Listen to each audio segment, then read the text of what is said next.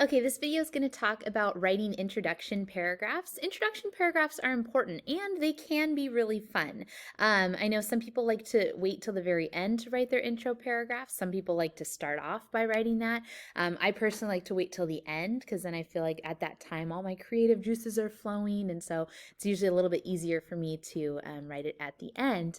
But look, you never get a second chance to make a first impression, right? So introductions can be really, really important in grabbing your reader's attention and making sure that they are focused and ready to listen to what you have to say in the rest of the essay. Some people, it's really hard to write intro paragraphs, and for others, it's a lot of fun because that's where you get to be extra creative. The body paragraphs are pretty structured and they're kind of straightforward, especially when they're argumentative. Like there's things that you have to kind of get done, right? But the intro paragraph is a little bit more free, and you get to be a little bit more creative in the way that you grab your reader's attention. So let's start with grabbing the reader's attention. The first thing you need in your intro paragraph is a hook. Always start your introduction with a hook, something that grabs your audience's attention or hooks your audience, okay?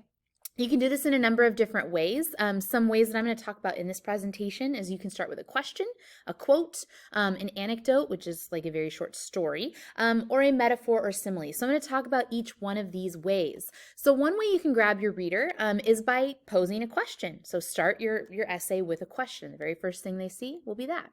This can be a really effective way to grab your reader's attention, but often it isn't. So you have to be careful with the way that you ask your question or what kind of question that you ask, because sometimes it can fall really flat because it can be kind of a dumb question, okay? So avoid dumb questions that you already know the answer to. Some bad examples of questions to start your essay include these. Do you know that racism happens all over the US?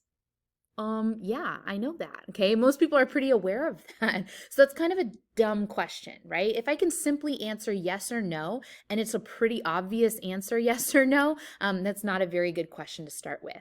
Another one. Did you know that people often do things that are hurtful? Yeah, because we're humans and we are sinful, right? Like we're bad people sometimes. And so, of course, I know that. Yes. Okay. Have you ever had your feelings hurt? No, I have no emotions. Like, of course I do, right? So that's a really dumb question as well. So you want to avoid dumb questions and instead ask questions that are really going to get your reader to think and stop and think. Okay, so some more effective examples would be, is an America without racism attainable within the next 20 years? And the answer is probably no, right? But at least that gives us a time frame to think, what is realistic? Okay, and it makes your reader stop and go, I wonder. How long would you struggle to reach a goal before you give up? I like this question because it's not a yes or no question, right? How long would you struggle? It makes the reader think, how long would I struggle? Am I the type to give up? Am I the type to persevere? Like it makes them actually evaluate themselves, which is a good thing. Okay, so that's a better question. All right. So in order to hook your reader, you can use a question. Just be careful and make sure that it's a good question that's going to make your reader actually stop and think. Another way you can hook your reader is by producing or giving a very interesting quote. So choose a quote that applies to the focus of your paper. For example, Martin Luther King Jr. says, I refuse to accept the view that mankind is so tragically bound to the starless midnight of racism and war that the bright daybreak of peace and brotherhood can never become a reality. I believe that unarmed truth and unconditional love will have the final word. That's a beautiful quote and very hopeful, right? And certainly appropriate to an essay about multicultural literature, right? Another one, there is no school equal to a decent home and no teacher equal to a virtuous parent. That would be a really appropriate quote if in the rest of your essay you're going to talk about how education is the way to diminish racism, right? Or you can talk about how parents have massive influence on the way people view the world. And so that might be a good way to do that. Okay. So you can do a question, you can do a quote, or you can start your essay with a short anecdote or story. And the goal of this is to paint a picture, make your reader visualize something, tell a story that connects to your argument. Please only do this in like 2 or 3 sentences though. You don't want to do this and take a whole page in order to tell a story and then lead into your essay that's not going to be that much longer. Okay, your anecdote should be very, very brief, literally 3 sentences. Okay, keep it very, very short. So I might describe a day in the life of a member of a minority stricken by poverty if I'm trying to argue about ways to end racism. That one, if you're going to paint a picture of somebody stricken by poverty, that would appeal to the reader's emotion, right? So that's not a bad idea. I might describe a story of brutality against a civil rights activist, right? So either way, you're trying to put your reader in kind of a situation, either to make them uncomfortable or to make them excited or whatever, just make them feel something, right? You want to give them a sense of an image, right? Maybe instead of actually telling a story, maybe I tell an interesting statistic or fact that ties into my paper. For example, in 2011, the Nation reported that in U.S. schools, Black students were expelled at 3 times the rate as white students. By the way, that is true. But that statistic is kind of interesting, right? It helps put things into perspective. It helps your reader kind of go, oh, this is a problem, right? An anecdote example, here we go. As a white American, I rarely think about racism. The limited experience I have with the word is that I was once lumped into the stereotype of being a white racist. It made me really angry. But recently I was thinking about how angry many people of color must be in the United States. And that would kind of transition into a point that I'd be making about racism, right? So that's an example there. Okay, so you can do a question, a quote, an anecdote. My personal favorite, though, is to do a metaphor or a simile. That's a really cool way to start your essay, but you have to make sure that it's an original metaphor or simile. So you can't just like take life is like a box of chocolates. Like it's been done, okay? So it can't be cliche. It has to be one that you think of, not one that you just Google on the internet and, oh, I'm going to grab that one. Like it should be one that you think of, and it usually can be a little bit extended. So for example, the U.S. is often thought of as the face of diversity. That's a metaphor, right? I'm saying that the U.S. is a face, okay? So the U.S. is often thought of as a face of diversity. Unfortunately, we often punch ourselves in the face and leave the bruises of discrimination. So again, I'm extending that metaphor to saying that discrimination is like bruises on a face, okay? So this is my personal favorite way, but you have to make sure that you kind of do it right. Okay, after the hook, what comes next? Transition sentences, okay?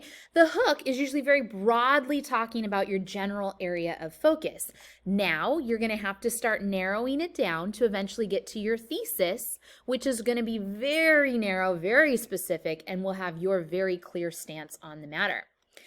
Do not start giving examples that support your thesis. That should be saved for your body paragraph. So this is just the transition sentences might just be one sentence, right? That leads you from your hook, which is really broad, into your very narrow thesis. You might want to introduce background information related to your topic here. This would be a great place for general statistics if you think that that's relevant and important. But essentially, these sentences exist to take you from here with your hook to there where your thesis is, okay? Speaking of your thesis, that is the last thing you need. It will be one sentence. Please don't give me more than one sentence for your thesis. It should fully include all parts of the prompt, so it needs to address all parts of your prompt. And it should encompass all the key parts of your outline without simply listing your ideas, okay? So you don't want to just list racism can be diminished through this, this, this, and this. Okay. Instead, you're going to look for what I like to call umbrella terms that encompass more broadly what your focus is. I'm going to show you an example of that. Okay. Make it sound argumentative. So one thing that you should do in your thesis is to include the other side, right? Some people say this, but my thought is this. You wouldn't say my thought, but you would say this is what's true, right? Some people say this, but this is what's true. Okay, so make it sound argumentative. And then again, this is very important. This goes at the very end of your introductory paragraph. Do not start your intro paragraph with your thesis. You start your intro paragraph with your hook. Okay, you end your intro paragraph with your thesis. So the very last sentence in your intro paragraph should be your thesis. I should be able to easily see what your thesis is by looking at the end of your intro paragraph. So I said, I don't want you to list all the ideas in your thesis. Instead, I want you to use what are called umbrella terms. So let me show you what I mean by that. So let's say overall, I'm trying to prove racial discrimination can be diminished. We can be better, okay? But that's my point here. I think we can do it through targeting racism in schools, educating the masses on racist tendencies, and taking action in social situations. So those are my 3 ideas, but I don't want to just list them in my thesis. So I don't want to say racial discrimination can be diminished by targeting racism in schools, educating the masses on racist tendencies, and taking action in social situations. I don't want to do a list like that in my thesis. Instead, I'm going to look for commonalities between my ideas and come up with more broad terms that encompass multiple ideas. For example, if you look at these first 2, targeting racism in schools, and then the second one, educate the masses on racist tendencies. What do those 2 ideas have in common? Education, right? Schools and educate. Okay. And then this last one doesn't necessarily have to do with education. It has to do with personal accountability, right? Taking action in social situations. If we educate people well enough, then maybe they'll start to take action for themselves, right? So that's kind of my point here.